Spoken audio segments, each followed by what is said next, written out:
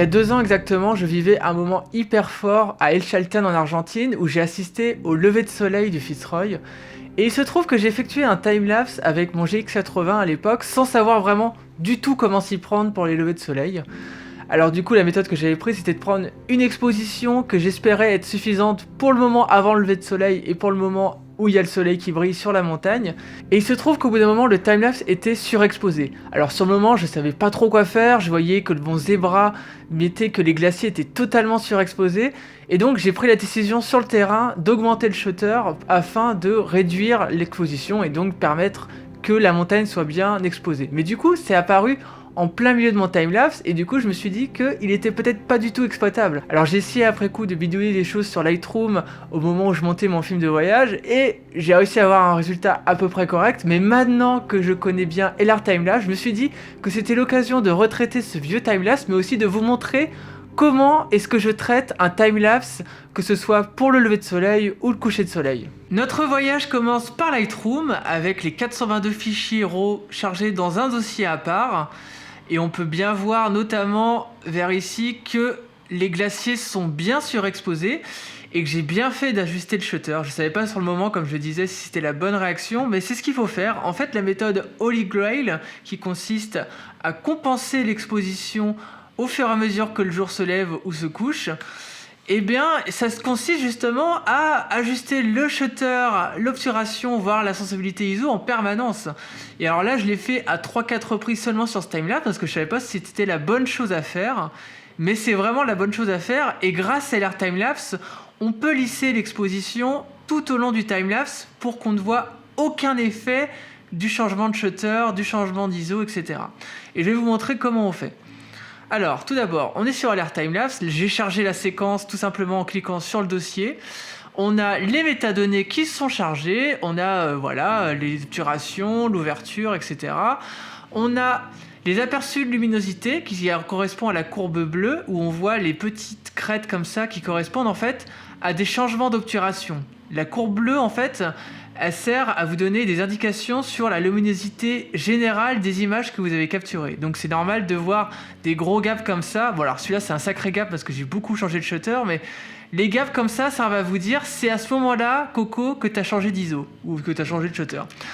Alors, le but, ça va être de choisir tout d'abord des images clés. Alors bon, j'avais fait un premier truc d'abord, mais on va tout changer.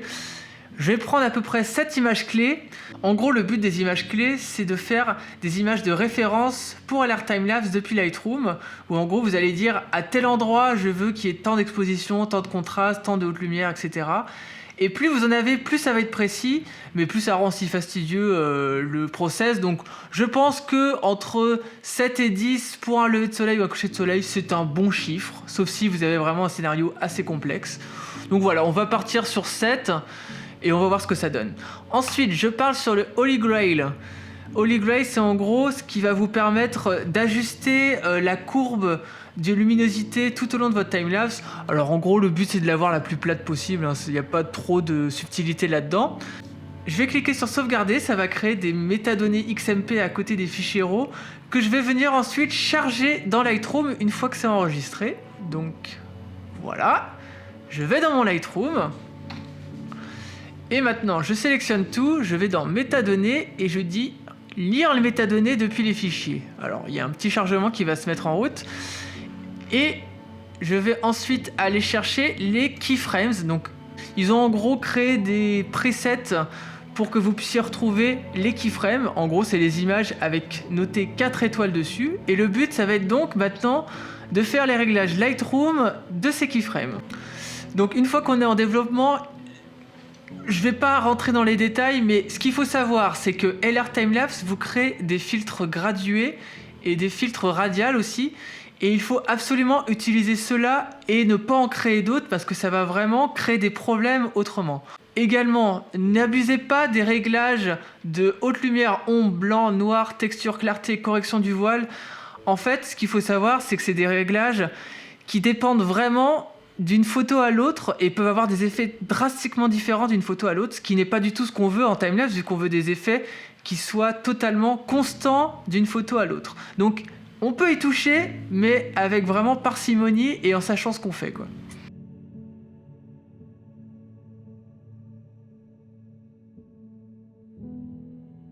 Une fois que ma première photo est terminée, le plus simple, notamment lorsque vous avez utilisé des filtres gradués, etc., c'est d'utiliser les scripts pour copier les réglages d'une photo à l'autre.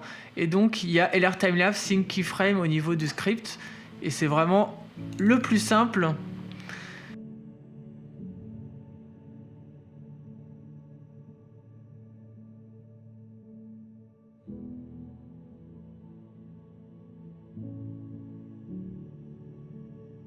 Ok, bon, on va partir là-dessus. J'ai un petit doute sur la transition au niveau du shutter parce que la colorimétrie change pas mal, mais on va voir ce dont est capable LR Timelapse là-dessus.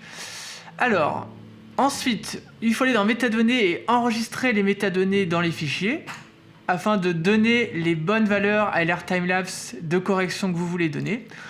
Ensuite, vous rouvrez LR Timelapse, vous allez recharger les keyframes des XMP, donc là on voit qu'il a pris en compte tous vos réglages.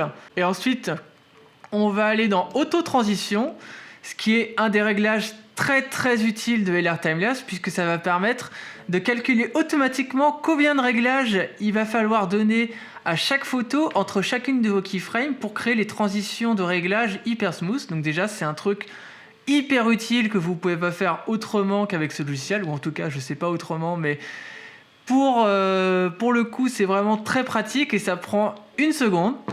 Et ensuite, on va créer les extraits visuels. Extrait visuel, grosso modo, ce n'est qu'une étape pour arriver au déflickering. Le déflickering, en gros, c'est la suppression du scintillement entre chaque image, qui peut être due au changement d'obturation, comme ce qu'on a dans le cas d'un Holy Grail, où on va changer l'obturation, le diaphragme, etc. tout au long de notre timelapse. Mais ça peut être aussi, tout simplement, lorsque des fois, vous avez les mêmes réglages, mais votre diaphragme ne s'est pas exactement ouvert de la même façon entre chaque photo, ce qui fait qu'il y a une sorte de clignotement pas du tout agréable au timelapse. Et donc cette fonction de déflickering va vous permettre de corriger tout ça, et c'est vraiment la fonction qui a fait de LR Timelapse une référence dans le milieu du timelapse, c'est parce que c'est vraiment le meilleur déflickering qu'on peut trouver dans tous les logiciels confondus. Et l'intérêt, c'est qu'on peut aussi jouer en direct notre timelapse pour avoir un premier aperçu. On voit qu'il y a encore des petits problèmes de flickering, notamment au moment du gros changement de shutter où c'est quand même assez douloureux encore. On va voir ce que ça donne. Alors que maintenant tout ça c'est chargé, on va aller dans suppression du clignotement visuel, et comme il y a quand même beaucoup de clignotement, on va devoir y aller assez fort, je dirais. On va aller à 35, je dirais. On va partir là-dessus. On va aller dans appliquer, donc il met directement la correction. Il n'y a pas forcément besoin de recharger les images derrière, mais en termes de sécurité, quand même, je préfère recharger les extraits visuels avec la fonction de déflickering appliquée pour voir si ça a été efficace et s'il ne faut pas ajouter une autre passe. Là, si je fais ça, c'est vraiment qu'on est dans un cas de lever de soleil où le déflickering est très important, et en plus de ça, c'est pas du tout optimal les changements que j'ai faits, donc j'ai vraiment envie de vérifier que c'est correct. Parce qu'au final, je pourrais, si je voulais, ne pas du tout vérifier ce que ça rend et directement aller dans Lightroom et exporter le timelapse depuis Lightroom. Mais là, j'ai vraiment envie de checker ce que ça rend. Donc on va laisser de nouveau charger LR Timelapse et on va voir ce que ça donne.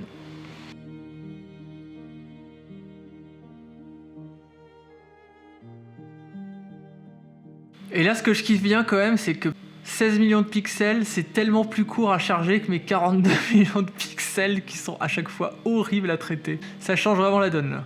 Ce serait presque même un plaisir de faire des timelapses sur LR Timelapse avec, parce que d'habitude, je vous jure, ça prend un temps fou. Là, 400 photos, c'est le minimum que je rentre à chaque fois avec mon A7R2. L'autre jour, j'en ai rentré 1200. Et ouais, 42 millions de pixels, c'est très loin. Alors, le déflickering vient de terminer. Alors là, il y a des petites merdes.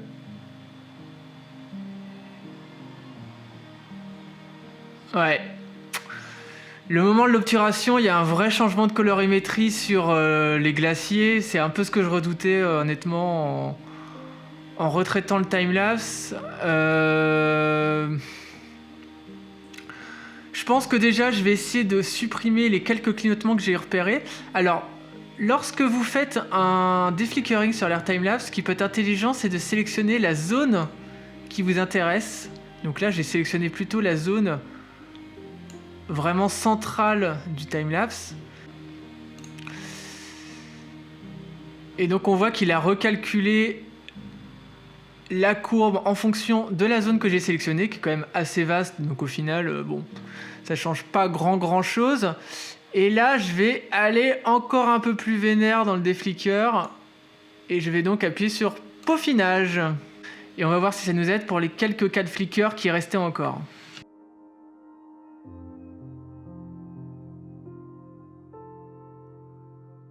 Alors oui, ce que vous voyez là, c'est bien la tête de quelqu'un qui n'a pas du tout préparé sa vidéo à l'avance et qui s'est lancé dessus sur un coup de tête. Alors, j'ai coupé la vidéo au moment du tournage parce que je pensais vraiment pas y arriver à ce moment-là. Je me suis rendu compte que j'avais deux soucis majeurs. Tout d'abord, le déflickering ne marchait pas totalement sur l'ensemble de tout mon timelapse, c'est-à-dire que j'avais des moments où, pourtant ça ne correspond pas à des moments où je changeais de shutter, etc., mais il y avait des sautes d'images.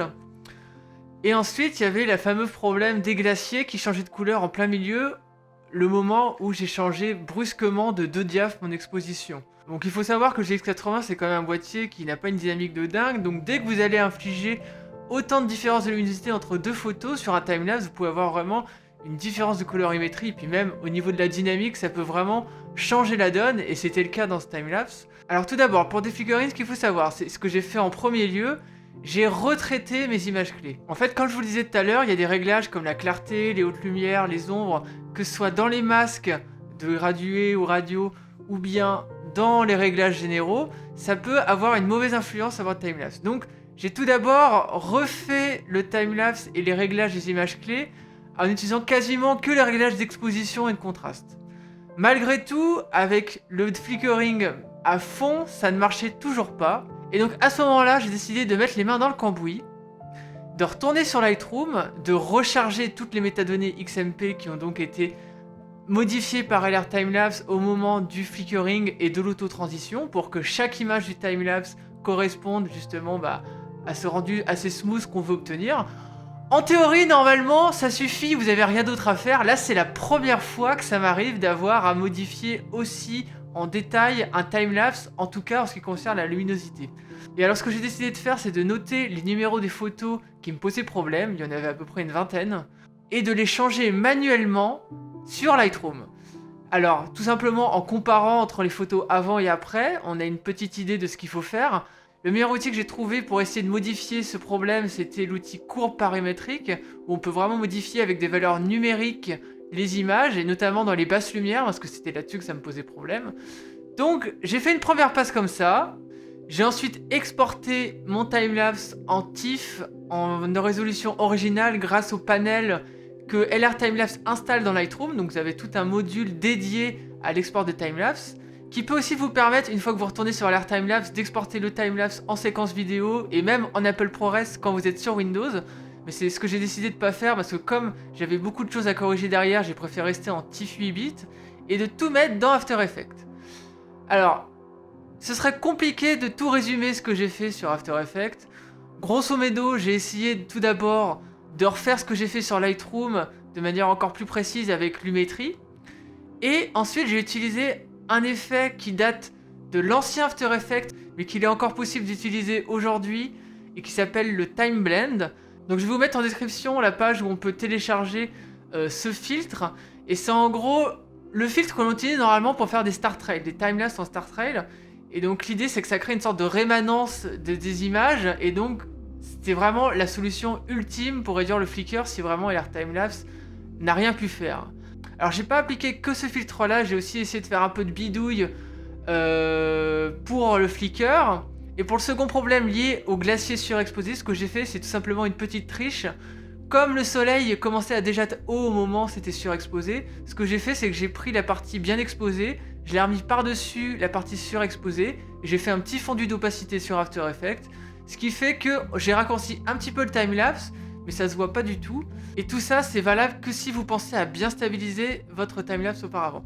Alors, voilà, c'est pas forcément ultra clair tout ce que je peux dire. C'est pas forcément quelque chose qui va vous servir si vous regardez cette vidéo, si vous voulez avoir un aperçu de ce qu'on peut faire avec LR Timelapse. Je suis désolé, malheureusement, j'ai pris le mauvais exemple, mais j'avais vraiment très envie de retester le traitement de ce timelapse qui a plus de 2 ans et qui a vraiment pas été pris dans des conditions exemplaires. Ce qu'il faut savoir, c'est que normalement, quand vous prenez un timelapse de sunrise ou de sunset, il faut en permanence ajuster l'exposition, pas le faire 3-4 fois durant le truc. Du coup, là, le vrai problème de surexposition, tout ça, c'est lié au fait que bah, j'ai ajusté de 2 diaphs d'un coup mon exposition et le GX80 n'étant pas du tout le même capteur que la CTR2, ça peut créer des problèmes, voilà. En ce qui concerne le résultat final, on n'est pas encore sur un timelapse parfait, mais vous allez voir, comparé à ce que j'avais avant, c'est beaucoup mieux. Donc on voit quand même ce dont est capable le logiciel. Là on est vraiment, comme je vous ai dit, dans un cas très extrême. Mais voilà, je suis assez content du résultat. J'en pensais vraiment pas en arriver là ce matin en commençant le tutoriel. Là aujourd'hui, il est 22 h. J'ai eu beaucoup de temps de chargement, j'ai eu d'autres choses à faire dans la journée, mais j'ai passé beaucoup de temps à bidouiller, à tâtonner, à voir comment est-ce que j'allais faire. Ça me tenait à cœur de vous faire une petite vidéo pour vous montrer un peu où j'en étais sur les timelapses parce que je suis encore dans l'apprentissage et j'ai encore beaucoup de bidouilles à apprendre, beaucoup de choses sur mon matériel à apprendre. Donc voilà, je suis un peu désolé de la teneur du tutoriel ou plutôt de la noyade. Mais voilà, j'espère en tout cas que la vidéo vous aura appris quelques petits trucs quand même, vous donner un peu l'envers du décor sur comment est-ce que je traite les timelapses. Et on se voit pas tout de suite parce que je pars dans 2 semaines au Guatemala, je suis pas sûr que j'aurai le temps de vous faire d'autres vidéos d'ici là. Je vais essayer de faire quelques petits timelapses sur place, pourquoi pas filmer un tutoriel sur place, on va voir, je vous promets rien. Mais en tout cas, n'hésitez pas à vous abonner sur la chaîne, n'hésitez pas à le voir sur Instagram, je suis toujours très actif en story pour vous montrer ce que je fais. Et en tout cas, je vous remercie tous pour votre soutien parce que j'ai énormément de messages depuis le début de tout ce projet timelapse, beaucoup de réactions sur Instagram, beaucoup de gentilles réactions sur YouTube aussi, donc voilà. Je continue sur cette lancée et je vous dis à très vite pour une prochaine vidéo.